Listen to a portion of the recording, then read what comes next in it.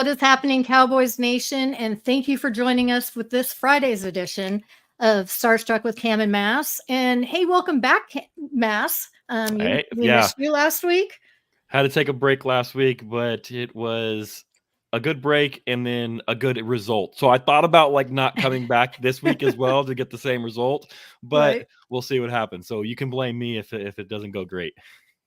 Yeah. And a big thank you for Kyle Youmans from Dallas Cowboys jumping on and hanging up with us for a little bit. Appreciate you being here. Yeah, of And course. Didn't take a break and so maybe I'm not allowed to take breaks anymore. Yeah. That's basically football season for me. Right. Yeah. Like they're not going to wash their gloves if they drop, if they're on a streak, or they don't ever want to see those gloves again if they drop a ball, that kind of a thing. Yeah, I have those same traditions with what I wear and everything. It's pretty crazy. Yeah. I actually did for racing for a long time. I am not the biggest Kyle Busch fan, and I used to flush 18 M&Ms down the toilet before every race. What? It was for years. That was my superstition. Wow. It didn't really help. I mean, he won. No, it didn't. Yeah. But it Did made you ever me think you feel were better helping at him? times. No, because I wouldn't actually buy the M&Ms, and friends would give them to me. Okay. So I'm telling you, it was a lot more in fun and everything like that. But so we're gonna switch gears and we can briefly go over us handing Bill Belichick the worst defeat ever in his career. In that 38-3 showing against the Patriots. It was a good, solid game all the way around. It really was. They came off that really bad game against the Cardinals, and they kind of wanted to come out and show that, this is our team. We're actually a really good team. That's an anomaly last week, and I think they went out and they showed it against, yes, the Patriots aren't considered a top contender or a powerhouse or anything like that, but it's a Bill Belichick coach team that they're always going to be prepared and they're going to be ready to go. So it's hard to do that. And to be honest, the Patriots have been competitive in games this year, and this was really the first game where they weren't competitive at all. So I think it was a good showing by the offense. Red zone stills up in the air. We can get to that more later in the show. But offense, I think, played well overall. Defense played great again. Special teams played really well. Scoring 2-point conversion. So it was a really well-rounded game, in my opinion. I really liked the bounce back aspect of what they did last week. I mean, like you said, you're coming off an abysmal showing by the Cowboys standards against the Cardinals, and you give up 28 points on defense, and it wasn't you. And even Dan Quinn talked about that a little bit as the defensive coordinator. He's like, that team that you saw on film in week 3 was not the same team that we are, and they felt like they went away with what they've done successfully, at least what they did successfully those first 2 weeks. Well, they got back to it in week 4. They've gotten back into the fold of hey, we're going to play from ahead, force a couple stops early, get an offense out of their rhythm, and then turn things around and allow your offense to maneuver downfield and either finish a drive off or at least finish with points. And as much as the red zone concerns are there, and I think they're there for a lot of Cowboys fans, including myself, I think it is a significant problem that it'll show its ugly head whenever you need it the most.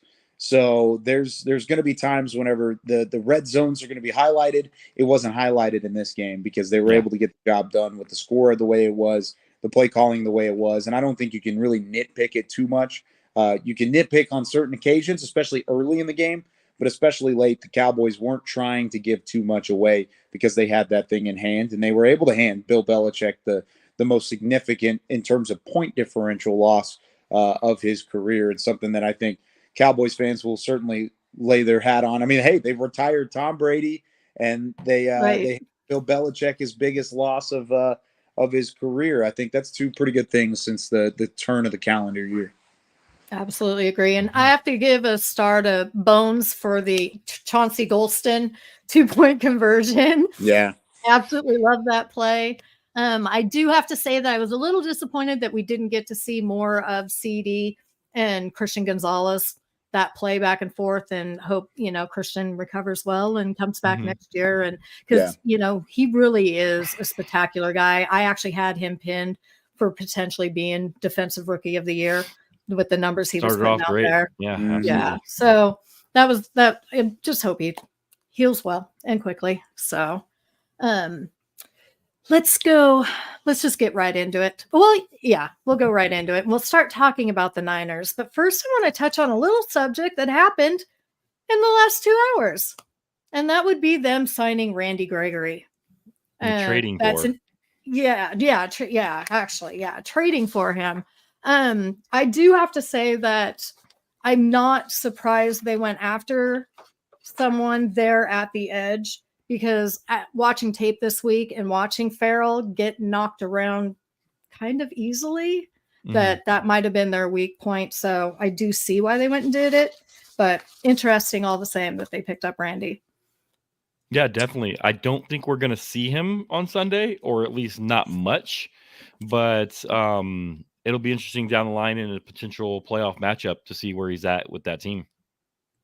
I don't know. Tom Pelissero did say that he expects Randy Gregory to suit up on Sunday with San Francisco. So you might see a little bit more of Randy Gregory. And it was interesting that this was a talking point in the office, really, once the trade went down at, like you said, about 2:00 Central Time on Friday. I think it's a talking point mostly on the fact that he had the career that he did in Dallas, where he was such a hot button topic.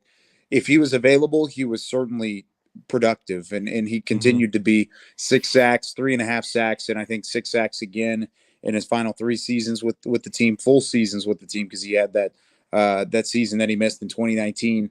But I think he was also a guy that people liked in the locker room. I mean, this team really did like Randy Gregory, and they liked what he brought from an energy standpoint, an intensity standpoint, and you saw that whenever they went to the joint practice against the Broncos last season in training camp. And Isaiah and I were sitting up atop the hill and watching Randy Gregory just stir up whatever he possibly could on that sideline. He wanted to get in the middle of it. He wanted everyone, one of his former teammates, to hear it. He stirred it up and kept that pot rolling all the entire joint practice. And I think that was something that Randy was he was always a character. He's going to bring that same level of energy to San Francisco. And maybe this is a move where there's really 2 options here in my mind. The first option is this is a move because they legitimately liked Randy as a pass rusher, which is certainly possible. I mean, they could look at the film and say, okay, we still like what he brings. Maybe we can mix him in as a rotational guy. They're not giving up a whole lot for him in order to get him to San Francisco. Or maybe this is just a quick flash in the pan. Maybe this is something to say, hey, we want some intensity on this team because, hey, we're 4-0. We're feeling good about ourselves. Maybe we should turn around and have that intensity level rise a bit. And Randy Gregory could certainly bring that going in. Or maybe this is kind of more of the Cowboys Nation, like Homer vision glasses coming on here, but maybe they looked at what the Cowboys were saying throughout the week, the intensity that they had going into this game. Maybe it didn't match up to the intensity in the locker room for that 49ers bunch. And so they said, hey, let's go get a guy that's going to bring it, especially against the guys in navy and silver. Yeah, that's a good point. Yeah, that is a really good point. So let's start on the offensive side of the ball for us, and give me some of your key points that you think that we're going to have to do to succeed on Sunday. For me, I got 2 really big things that I've been looking at this week. One is the offensive line. Now, everybody's kind of holding their breath because the good news that's been coming out of Cowboys practices this week is that the 5 are finally back together. The band's back together. The first time they've practiced together since 2001. That's think about that. That's insane. That's not even just, hey, they haven't played together since 2001. The first time they practiced together since 2001. You It's mean insane. 2021, right? I said 2001. Yeah, Yeah. it's 2021. I was about My to say, bad. I was I like, if apologize. that's the case, Right. then we've got a lot more wrong with what's Yeah. going on that Right. offensive line. If Right. we're talking 2001, They're out there with walkers. Yes, 2021. Thank you, Kyle. But like that's still like that's a long time in the football world. Yeah. And so everybody's kind of holding their breath, being like, okay, is it going to happen? I don't want to say it. I don't want to jinx it. Like, Yep. how are they going to look together? Are they going to stand? Because if this is a 49ers defense that does not blitz a lot, blitzes very rarely. They get home with a 4-man rush, and they have dominated the Cowboys the last 2 years in the playoffs with a 4-man rush. So can that offensive line stack up? Can they hold and give Dak some time? And with this quicker passing game, you can beat this 49ers secondary if you have time to throw. Yep. You really can. And they play kind of far off. You can, if you 5 offensive linemen blocking those 4 defensive linemen, you can get some yardage without even hitting contact. Yes, they come downhill fast. They fly. But you can get some yardage without contact for the running back. So I think if this offensive line could hold up for our offense, it could be a really key factor. I think that's the main key factor. The other point I kind of want to get into is I love the story. It's an amazing story. But the usage of Deuce Vaughn is a little high for me right now. And it's not efficient at this moment. Maybe it will be down the line. He's got to develop a little bit more. Maybe it's time with Rico, seeing how Rico's going to be. Maybe it's time for a little bit of more some Hunter Luepke. We'll have to see. But right now, it's not super efficient. So I'm kind of a little bit worried about how much they're using him in games. And I know it's been later in games, but they've used him in the first half a few times where the drives have just stalled. So those are my 2 big takeaways on the offense on what they're doing right now. I think you're on the right track. I mean, it wasn't that long ago that we were sitting here on a Friday, just like we are now, and we were looking at the Arizona game saying, wow, there's a chance all 5 guys are good to go going into that Arizona game. Like, this is great. Mm-hmm. I mean, first time we're going to get to see this starting offensive line as it's meant to be since Tyler Smith was drafted in the first round. So it felt like it was just yesterday that we were doing it. About 2 weeks ago that we were doing it. And we were sitting here on a Friday, and they were out on this practice field right here back behind me here at the Star. And they said, yeah, there's a couple things along the way that might get in the way. And it did. It was Zach Martin and Tyler Biadasz and Tyron Smith all out and suffering whatever injuries they did throughout that week, whether it was on Thursday or Saturday. And now they're all back. At least it seems. Knock on wood. I've got a wood platform I'm standing on. Oh yeah. But there's a lot that has to go right, not only for them to make it through the entirety of 4 quarters, but either way, it's been 2,000 snaps since they've ever seen the starting 5 out there at the same time. They've never seen it with Tyler Smith in the fold, and it's been 2,000 offensive snaps since they had all 5 of their best offensive line out there. The last time they did it, the wild card round against San Francisco in 2021, like you said, Mess. So I think for the most part, there's a way that this team has some extra confidence just based off of that alone. But also it opens things up from a wide receiver standpoint. Think about Brandon Cooks. Brandon Cooks wants to take the top off of the defense. He wants to get over the top and get 10 yards down the field before he's able to make a read, and maybe he's got that 2-way go or whatever it ends up being for Brandon Cooks. Now he can play free. Now he has a little bit more time for those routes to develop, those plays to go through all the way through. And if they can do that, it gives more time for Dak Prescott to throw the ball. I feel really, really good about the starting offensive line. When they are healthy, this starting offensive line is as good as any front 5 in the league. I'll put them up against anybody. However, it's not always that they're healthy. That's the one biggest thing, is that you don't always get to see them healthy, and we've seen that over the last 2 seasons. Yeah, right. Yeah, I had it marked that this offensive line actually for me, and I'm going to give away the defensive side. For me, it's both lines is the key to winning this game, is them being able to, with the offense, giving Dak that time to throw the ball. I've noticed that they do play off the line pretty deep and they leave the middle of that field open. So I'm like seeing there could be a lot of passes right there into the middle of the field and get that short yardage to move us downfield with that. Demondre Lenore. Yeah. He is, attack him. Just attack him. I don't care if you have to keep, I don't know if they're going to travel and they're going to change, but wherever he is, keep changing up whichever receiver you want and just go after him. I know Ward is it a heel problem that Ward's dealing with right now?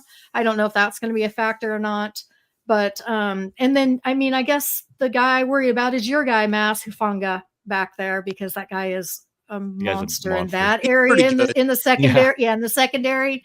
He's the problem I see in the secondary the most. But he's their enforcer, And look, like I said, their secondary can be beat. Their front seven is really, really strong. Their secondary can be beat. You mentioned Lenore. Ward's dealing with the injury. He's really good. But there's multiple times looking at the Cardinals game and what game was it? The second game of the season. I don't remember. I'm drawing a blank. Jets. Yeah, they had guys in the middle of the, not the Jets, for the 49ers second game. I'm sorry. Was that No, who was that? I can't think of the name right now. But they had guys streaking down open in the middle of the field. The quarterbacks just couldn't hit them. They didn't have time and everything like that. So that middle of the field, like you're saying, Cam, is open in that secondary. And then, so I think that's a possibility. Give Dak some time. He gets his footwork right, makes those throws. CeeDee Lamb can have a good day. Gallup can have a good day.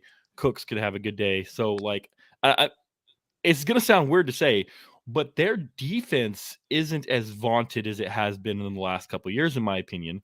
And what? Yeah, but it's carried that reputation. It has carried that reputation. Mass, it was the Rams.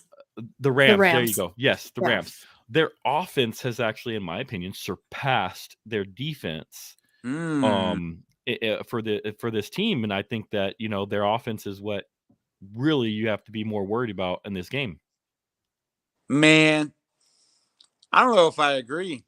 No, I don't know if I agree. I like where your thought process is, because I will say the offense is. I'm not saying it's either is bad. They're both really good. No doubt. I completely understand that, and I don't want to say that either one is bad either, because they're really good on both sides of the ball. It's why they're as highly vaulted as they are. Yeah. But I mean, you look at the front seven, and yes, the secondary has their holes. The front seven has holes, or doesn't have holes. They don't have any. I mean, they've got Fred Warner, possibly the best linebacker in football right now, and I would put him up against anybody. I think it's Milano from Buffalo that's up there. Multiple guys that I would put probably Fred Warner over across the way. Then, the defensive line is as good as anybody right now. Yeah. You look at Armstead, you go out and get a Javon Hargrave. I think Hargrave's still a phenomenal player on the interior. Had a sack last week against Joshua Dobbs and just blew up the offensive line a couple times. And then it all starts with Nick Bosa. Nick Bosa is the one that drives the bus, just like how Micah Parsons drives the bus for Dallas. I think this defense is still incredibly good.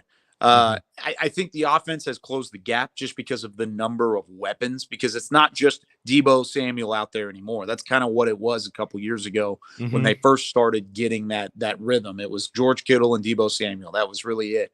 Now, I think Brandon Ayuk might be the most underrated wide receiver in football at this point. I mean, he's put up some incredible numbers. He's leading the league in yards per target, yards per route, yards per reception. Doesn't even matter. I mean, he's putting up just crazy numbers. I saw a stat yesterday. I put it in Big Facts on DallasCowboys.com. Out of his 17 receptions this season, Brandon Ayuk has had all 17 either go for a first down or a touchdown. All 17. There hasn't been a single reception he's made that's been either behind the chains or not in the end zone. Hunter Lipke can say that too. Yeah, you're probably two first downs and a touchdown. There you go. I like it. So, and I think there's ways that Dallas can exploit the defense, but to say that I still think they're the ones that set the tone. you can get to this Dallas offense. And one of the key matchups that I see is Dallas defensively. They're the number 2 total defense in the NFL right now. The offense is the number 2 total offense in the NFL right now. Which one has the biggest chance to fold backwards? Which one has the chance to kind of step away from their game plan? I think it's the 49ers offense. I think you have a chance to rush the interior, get after a young quarterback like Brock Purdy, force him into some mistakes. And if that's the case, then all of a sudden I think this is a completely different outlook, completely different game. That's fair. That's a fair assessment. Absolutely. They just have so many weapons for Brock Purdy to work with.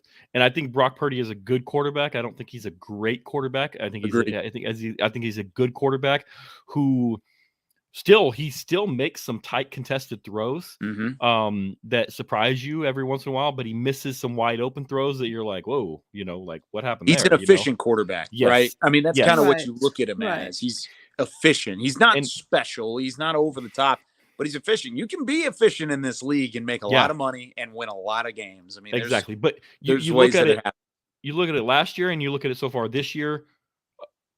They lead the league in yards after catch. They are yak monsters over there. Christian McCaffrey, yak. Ayuk, yak. Debo, yak. These guys are just insane at catching these short passes and taking it. I lost count of the number of swing passes to Christian McCaffrey and Debo Sanders over the 3 games that I watched. I lost count of swing passes. It's and like almost none of them went for negative yards. They were all just big gains. So their offense is scary in my opinion because of these playmakers. And we can get into that if we have anything else to talk about on their defense, but we can get into the offense. What do you think, Cam? No, I mean, as far as onto their offense, I mean, is that where we're swinging now?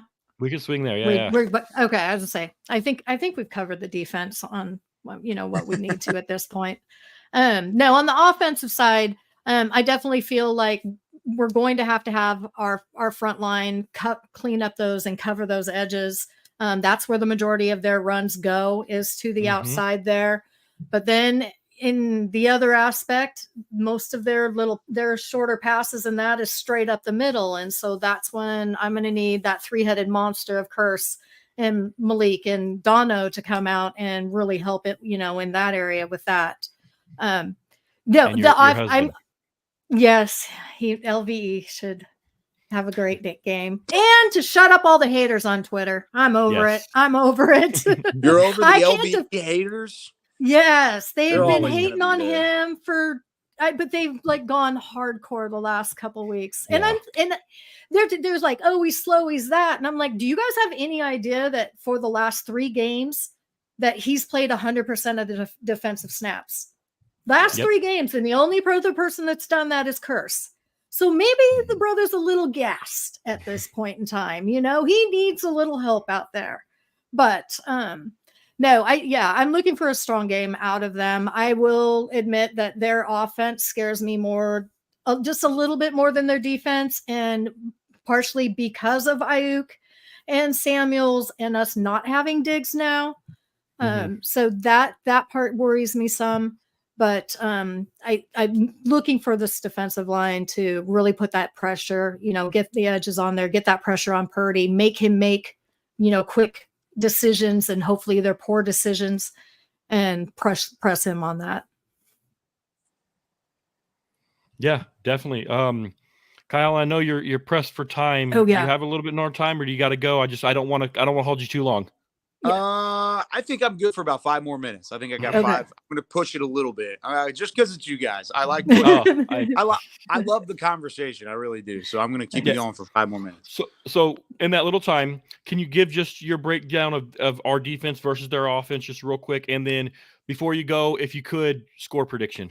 Oh man, you're putting me on the spot. Yeah, I kind of like what I was talking about earlier. I think that's the X factor. Whoever wins that battle between Cowboys defense and 49ers offense is going to win this football game. And there's a chance that both break and both kind of get out of their game plan, but I think it's more likely Dallas can force the 49ers offense out of their game plan and force some mistakes. I mean, this This is a 49ers team that does not make mistakes often. They are very fundamentally sound. They are very scheme heavy. And they're, I mean, I will say their blocking scheme is complex as ever up front. They do not block Shanahan's down. been doing that for decades. Yeah, very creative up front. And I love it. I really do. As an offensive line guy, trenches guy, I love it. The way that you the way that you get to this team is by pressure in the interior, because they're not as strong in the interior offensive line as they are on the edge. You got a guy like Trent Williams. He's a walking wall. I mean, he's a monster. And sure, there are going to be times when Micah Parsons and him go after it. And I think that's one of the most entertaining, if not the most entertaining one-on-one matchup you're going to see in this matchup and in this game. But it's also one that you don't necessarily want to see all the time. You want to see Micah go through the interior. You want to see Micah come off the right side. You want to see him utilized in a way to where San Francisco doesn't know where he's coming from. So if you can maybe utilize that and put some pressure on Brock Purdy, he's going to make a mistake. He really he's not perfect. I mean, he's a human just like the rest of us. If you can put some pressure, especially from the interior, your guys like Osa Odigizua, Mozzie Smith, Jonathan Hankins, Neville Gallimore play well inside like they did against the Patriots last week, then all of a sudden I feel much better about forcing Brock Purdy into some situations. Another thing I want to see is I want to see them set the edge against the run. I mean, because Christian McCaffrey is dangerous no matter where he has the football, but he is most dangerous when he gets outside the tackles, when he tries to get out to the numbers. He wants to get to the sideline. If you can force him to stay inside and force him back to your help side defense, and I said this on the radio, if he gets outside the tackles, then it's on the DBs and the linebackers to get there. And normally there's only going to be one or two guys in his way. Maybe three, depending on if they go strong side or weak side. So 1, 2, or 3 guys to stop them. If you keep them in between the tackles, you've got 4, 5, 6 guys that can help try and take down Christian McCaffrey. And I don't care where you are on the field. Give me the numbers against that man, because he's so good at breaking tackles. He's so good at running against contact, physicality. I want multiple chances to try and take him down, try and make a stop. So force him back to your help side, keep him on the interior, make a play inside the tackles, and then all of a sudden I think you feel better about stopping the run. And then you got to find a way to slow down Brandon Ayuk too. I think if you want to try and take away a guy, you're not going to be able to. You can limit Christian McCaffrey. You won't take him completely away, but you can take away Brandon Ayuk, I think. And I want to see them try and do that either with Gilmore or Bland. I want to see how they utilize that. And if he's out of the slot, maybe you bump Bland back down and you have Jordan Lewis on the outside. I mean, that's kind of risky, I think, in my opinion. But they're going to put a couple guys mixed and match offensive wise around this formation. I want to see how the Cowboys react and make a change.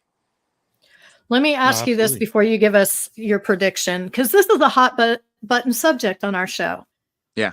If we win the toss, are you taking the ball or are you deferring? Ooh, hot button topic. We talked about this on our show this week. We talk about it every week. what would I do? Yeah. Let me put the defense out there. I'm going to put the defense out there first, because, and here's why. One, my first reasoning is I want to let them set the tone. I want to let them come out there and get a stop. You go down and you could possibly put points on the board. It's not that hard to do, especially right off the jump whenever everybody's settling. Still got those butterflies early on in a big Sunday night primetime matchup. It's not unheard of that you can get a stop and turn around and put some points on the board based off of that momentum. Then all of a sudden you're playing from ahead and you get the ball to start the third quarter. The opposite side of that is if you give yourself the ball, not only if the opposite thing can happen. I'm more confident in my defense right now as a team. So I would rather give my offense another shot at the end of the or at the beginning of the second half, rather than put my offense out there and say, all right, you guys go set the tone right now in a primetime matchup on the road in Santa Clara. I want to get the defense out there first. I want to make it happen. Yeah. My philosophy is I'm always going to defer, because I want you made a great point with getting the defense out there and you get a stop and then you can turn around and score. That's even better. I always want the opportunity to double dip Yep. And to prevent a team from double digits. Say you're up by 14 points and you're cruising and they get a last second score in the first second half, then they get the ball right back and they go down and score. They tied the game. They tied the game before your offense has ever stepped back on the field. So that's my issue. That's why I'm always going to pick to defer. I want most of the time I would always defer too, but especially in a situation like this, if you win the toss, put the defense out there, let them get things rolling in the right direction, and then you can kind of flip it and work off of, like you said, the double dip aspect, or just even if it doesn't go well for you in the first half, at least you have that reset button to come out of halftime and get on the field with your offense and try and make a play. Absolutely. So before you head out of here, score prediction. All right. I think it's going to be a phenomenal game. This might be my favorite matchup between two teams in the NFL all year long. And that's not an exaggeration. I think heavyweight battle, weapons on both sides, two very good defenses, especially in the front seven. I think this is an incredible game. I think it's going to take a last second touchdown. Final 10 seconds of the game, Dallas down by like 5. And they're going to have to go down and score. And I think they do. I think they get it done. Dak Prescott leads the game-winning drive, and the Cowboys win it in a weird one. 22-20 final score from Santa Clara this weekend. Cowboys win it. So you just painted a scenario of the last 2 playoff games, except with the opposite outcome. This time they get it done. I love it. This time it's in the books and they get the win. I am going to have to do some meditation and calm myself all day long to get myself ready for that. I expect a text message from both of you guys during the game saying, "Oh my gosh, this is exactly what you said. Like, this is not good." I'm actually crazy thing.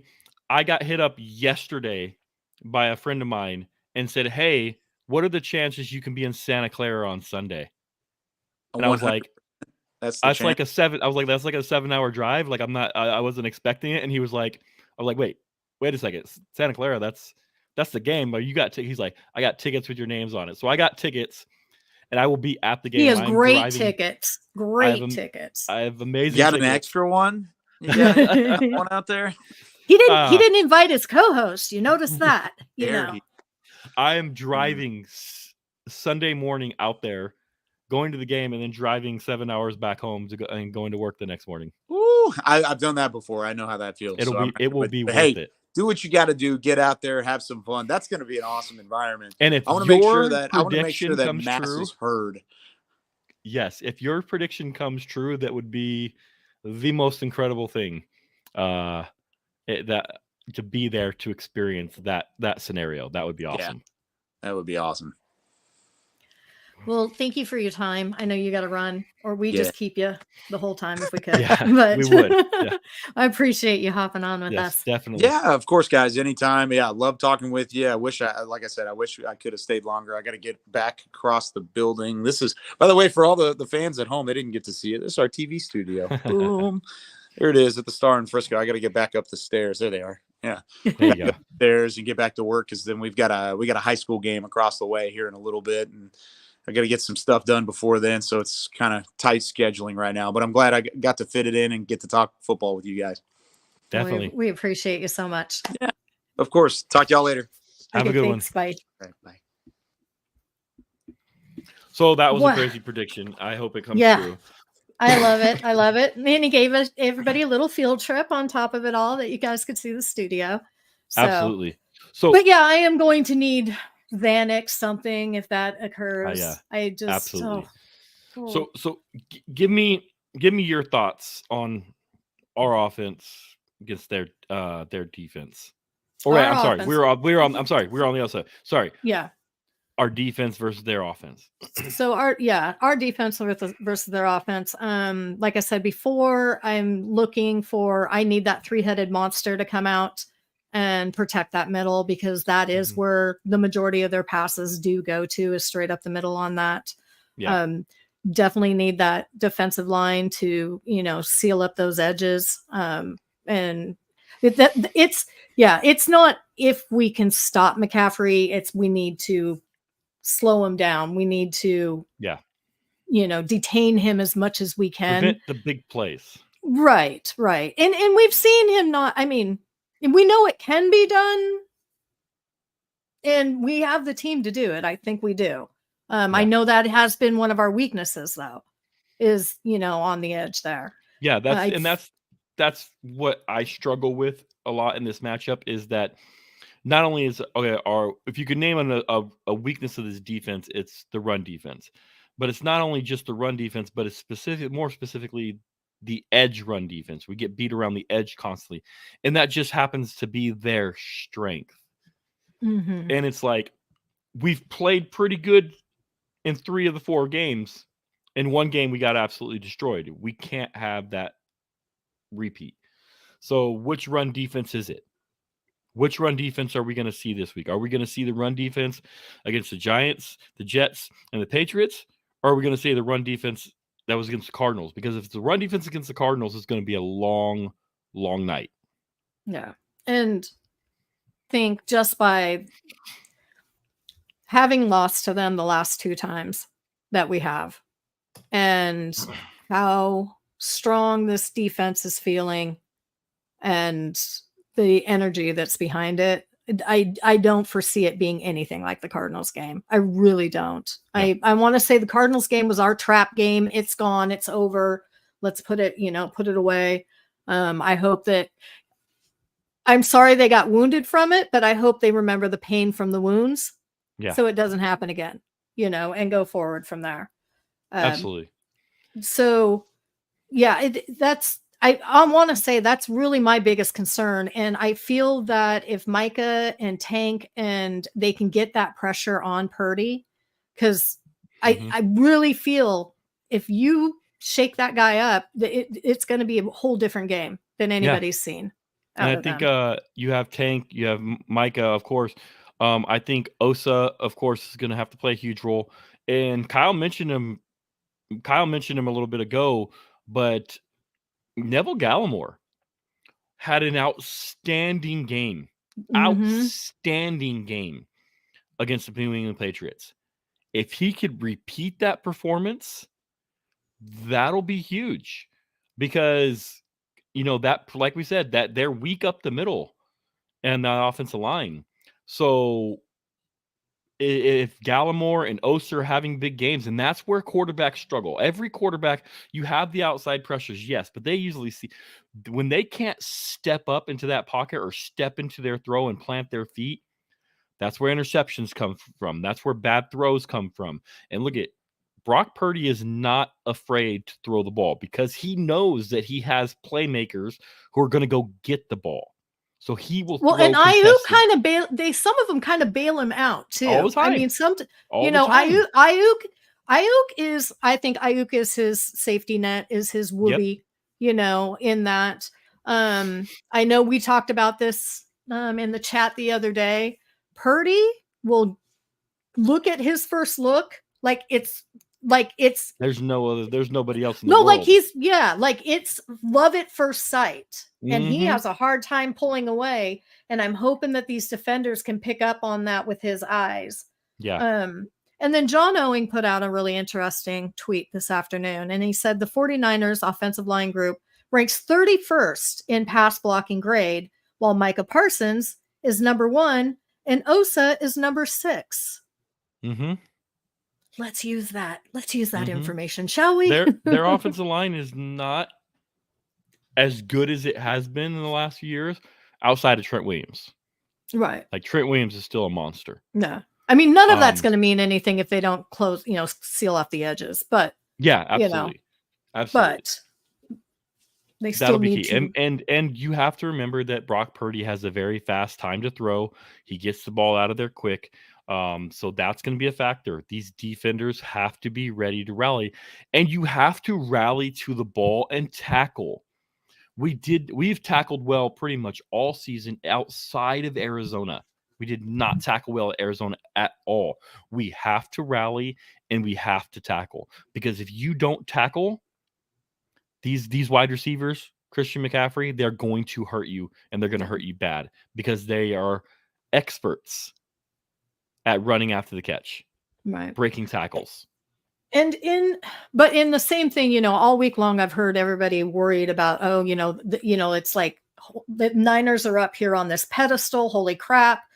Yep. But what we need to remember is the Niners have not faced a defense as fast as ours yet this season either. No, not at all. They have not Not at had all. to face anything like that. So, there's going to be factors that are going to be brought into it with that. They haven't gotten the pressures that we know our Cowboys can bring on them. So Absolutely. It's going to be a slugfest. It really is. completely. And it might come down to something like special teams, to be honest with you, where I think the Cowboys really excel. They have a really good special teams unit too. I think the Cowboys excel there. So it's like Kyle said, it's just going to be a close game. I don't see any kind of high scoring game or anything like that. No. But one thing I did want to touch on is that we mentioned earlier in the show that the Cowboys have struggled in the red zone, which they have. They've had not a great red zone offense. And there's a myriad of excuses for it. We've been up, we haven't had to, stuff like that. Final numbers aren't good. And but the 49ers, I think I'll have to double check, but I believe they're like 28th in red zone defense. So they have not been good at all in keeping offenses out of the end zone. So they've really struggled. Teams aren't scoring a lot because they're not getting into the red zone right now. Right. But once they're in the red zone, teams are scoring pretty at a pretty good pace on them. So that's going to be an interesting matchup if, hey, maybe this week we start getting it together and this defense isn't really great at stopping teams from getting into the end zone. Right. And I mean, when I made that point with Kyle earlier that Hunter Lupke has 3 touches, 2 of them are first downs and 1 of them was for a touchdown. And I really think that that's the guy we utilize in the red zone for getting that yardage, for that kind of thing. He's, the last time we won a Super Bowl, we used a fullback and his name was Moose. His name was Moose. I got to bring this up. It's because it's an issue is that there were a couple times, especially in the red zone, where we ran the ball and the handoff, it was an option play. And Dak handed it off to the running back, Pollard or whoever it was, and it gained a couple yards. A couple times to Deuce Vaughn. Gained a couple yards. When if you look, Dak could have pulled it. They crashed. The ends crashed. Dak could have pulled it and walked into the end zone. Yeah. There was one in the first quarter, I believe it was, where Jake Ferguson came around and would have been a lead blocker for Dak, and they would have both walked into the end zone. There was nobody else, but Dak handed it off. Now, is this Dak having a bad read, or is this an instruction that they don't want Dak running in the red zone? Well, I mean, it's not the tush push. Let him run. I know, but I know we've heard from them that they want him to be smarter and more cautious with his run. They don't like him putting his body on the line as much anymore. But you can't limit your offense for that, right? No, especially if the game's in jeopardy or anything. I mean, I would hope that's not the case. I really would hope it's not the case. But no, I agree, and it's just. Maybe it's Dak not reading it well in that game, and now we're going to go back in the film room this week, and then, hey, that's an opportunity to hit. Was it the Jets game that he put his head down? I can't remember if it was the Giants or the Jets game. He put his head down and I think went it was the in. Jets. Yeah, okay. I think it was the Jets. Yeah, but so maybe he got told no after that. Maybe I don't know. I don't know. There's been speculations. People said yes. People said no. We know that the Joneses like to make calls like that. My only thing is that hopefully it's just a correction that needs to be made and see it on film and say, hey, if teams are going to crash like that, Dak, take it, go, score those points, Right. and that could help out the red zone because it's going to open up things more. It's going to open up the good running game more because if now teams are going to pause to see what Dak's going to do, that's going to give Pollard a little bit more room. Deuce Vaughn, Hunter Lipke. It's going to give the running backs more room in there than everybody just crashing down. So you have to at least do it every once in a while because one, it will work, and two, you got to keep defenses guessing. So that's some of the issues I've seen with the red zone offense that hopefully they get these issues ironed out in the next few weeks. Because that or just throw it from outside the 20. Call it good. Yeah. We'll just keep scoring from outside the 20. Forget it. No. Because I've been saying, people are like, oh, well, we're winning. And I'm like, yeah, but you're going to run into a team that you need to score in the red zone to win. And remember, in Arizona, if we would have just scored in the red zone when we got down there, we would have won that game.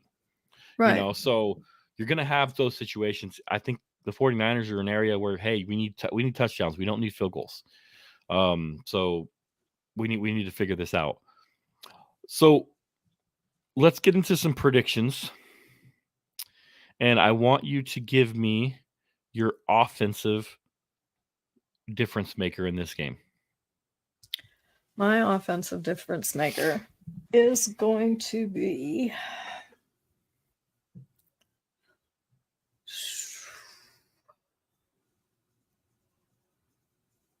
I'm going to give it to Brandon Cooks. I think this is his game. I think it's his breakout. I think this is the time because with Ward, going to be on CD, or if CD's in the slot or something like that, and then that would leave Lenore having to cover Cooks, and he doesn't have the speed or the skill. I think this is Brandon Cooks' game. I like the speed matchup with it. I think it's time. The Archer shows up, huh? Yep. There we go. He's bringing his arrow to Santa Clara. I'm going to say Tony Pollard. And that was my other one. I'm going to say Tony Pollard because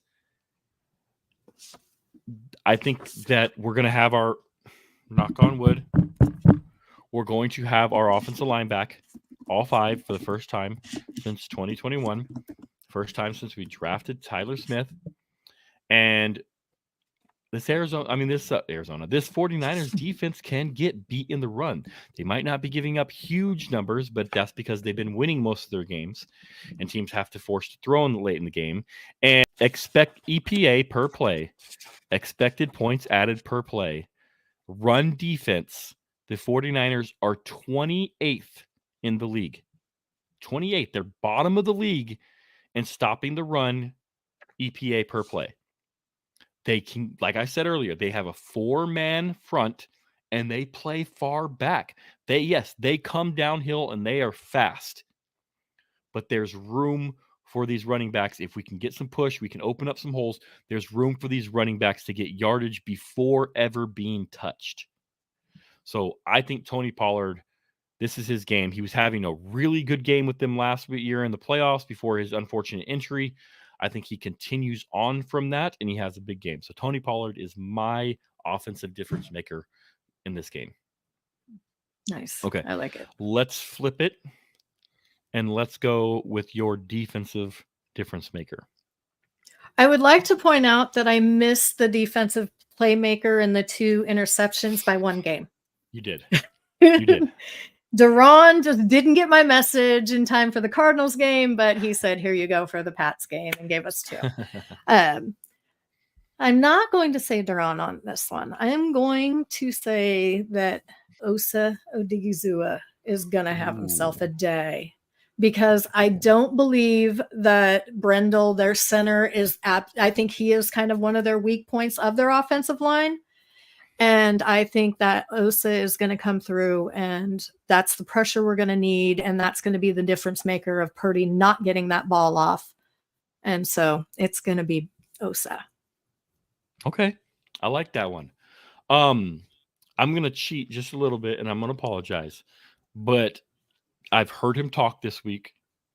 I've seen the focus this week, and I know, and I've watched this 49ers team. It's going to be Micah Parsons. And the reason why I said that is he seems super focused. He seems ready. He seems hungry.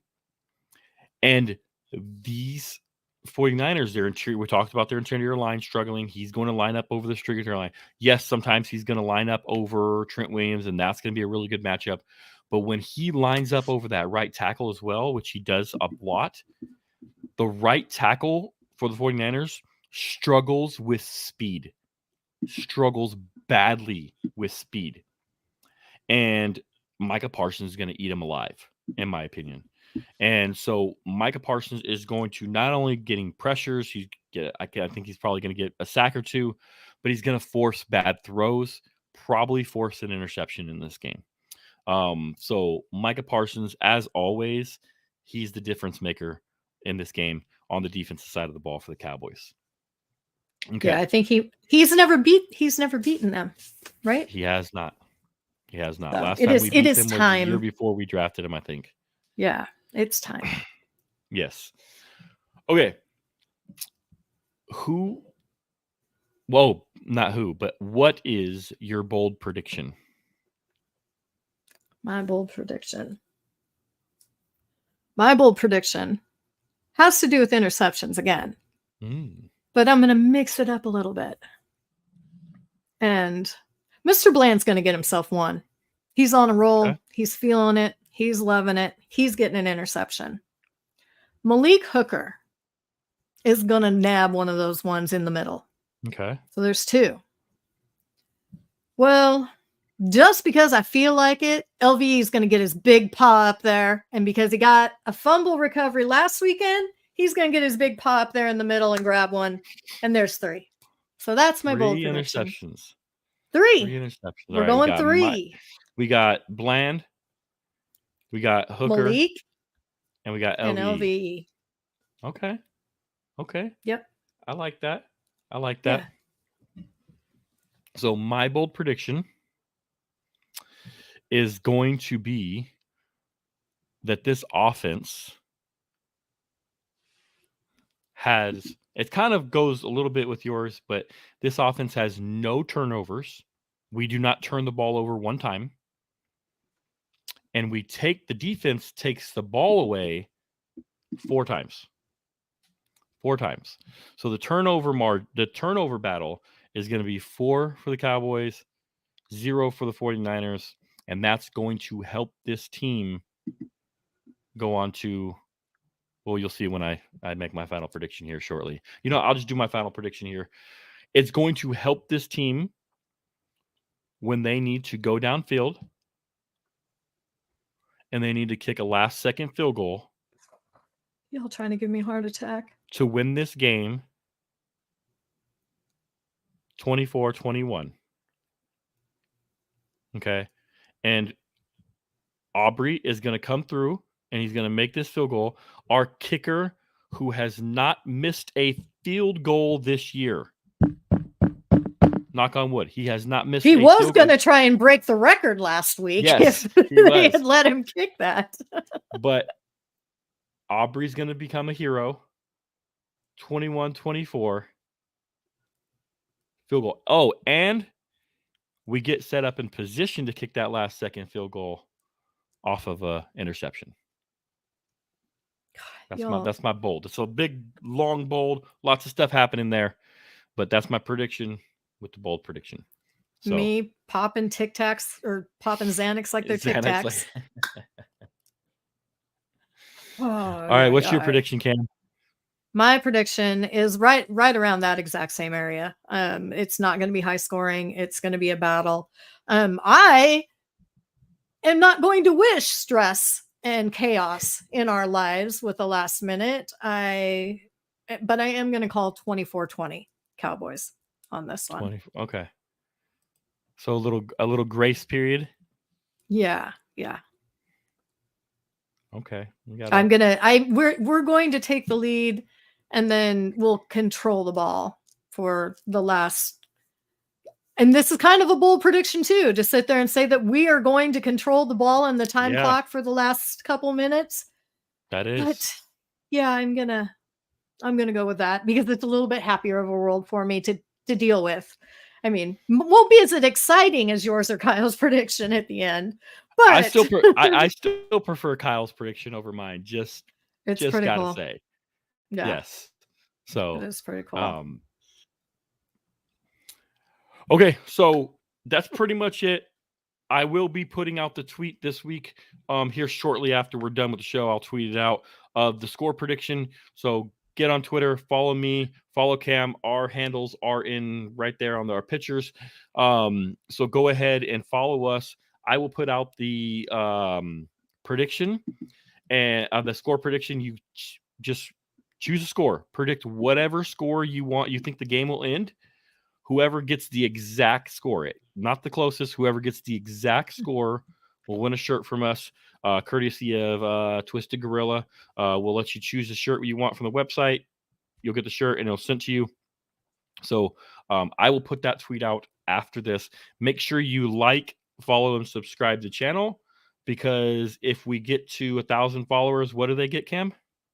They are getting a signed Michael Gallup jersey. In fact, that's right. One, you know what? I think it might be sitting right over there if anybody wants to see it.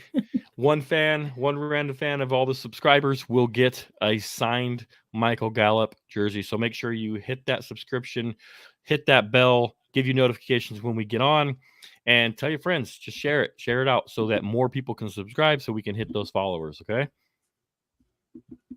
Any last parting thoughts, Cam? I think we are good. Just, that it's time. It's time that we take these guys down. I'm done. I'm over. Yeah, this is, to me, this is more stressful than the Eagles game, anything like that. I do wish the Eagles had to play them before us, but I did think that. At first I was like, man, I wish the Eagles had to play them first. Now we go and beat them, and then the Eagles have to go and try and do it. They won't. And I don't think they will. But that's a whole nother show. That's a whole nother show. But thank you all for coming and hanging with us on a Friday. Like Matt said, he'll get the thing up for the t-shirt. We'll get the other going, and go Cowboys. Go Cowboys.